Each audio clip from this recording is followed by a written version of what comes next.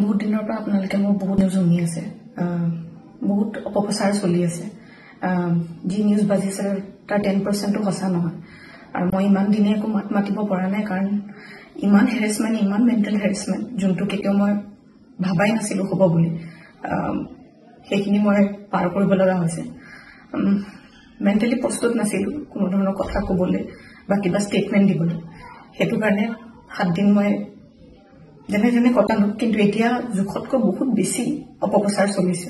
বহুত ধৰণে মোক সাঙুৰ খুৱাইছে বিভিন্ন ক্ষেত্ৰত। ন্যায়ালয়ে মোক দোষী কৰা আগতে নিউজ মিডিয়াই মোক দোষী কৰি মোক এতিয়ালৈকে ফাঁচি দিছে। মোক অলৰেডি মই দোষী বুলি কথা কৈছে, আৰু বহুত ধৰণৰ নিউজ, বিভিন্ন ধৰণৰ নিউজ, য'ত মোৰ কেছটোৱে ট্ৰেডিঙৰ ওপৰত আছিলে, কিন্তু এতিয়া কেছটো অকল মোৰ ওপৰত হৈ গ'ল। আজি ফাইনেলি বহুত দিনৰ পিছত সাহস কৰি মই চাৰেণ্ডাৰ কৰিব ওলাইছো। মই ফুল কোঅপাৰেট কৰিম পুলিচৰ লগত। ইমান দিনে কৰিব পৰা নাছিলো, মই পলাই ক'তো থকা নাই, মই লুকাই আছিলো অকণমান, মই পৰা নাছিলো সহ্য কৰিবলৈ। ইমান সহজ নহয় নিউজ এটা শুনি থকা বা নিউজ এটা কৰি থাকিলে, যি মন যায় তাকে কৈ আছে, কোনো ধৰণৰ তথ্য নোহোৱাকে কথা কৈ আছে। মই ভাবিছিলো ইমানখিনি কেতিয়াও নিউজ মিডিয়াই নকৰে, ইমান তথ্য নথকাকে ইমান নিউজ নবজায়। কিন্তু আজি মিডিয়াৰ ফলত মই আজি দুখী।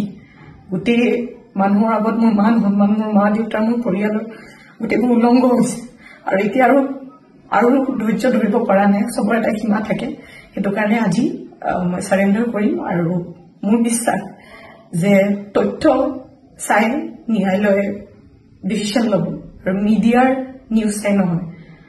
চ' আজি মই চাৰেণ্ডাৰ কৰিম, আৰু মই ফুল কোঅপাৰেট কৰিম পুলিচৰ লগত। আৰু মোৰ বিশ্বাস যে যদি মই সত্য হয়, মোৰ কোনো ধৰণৰ শাস্তি নহয়।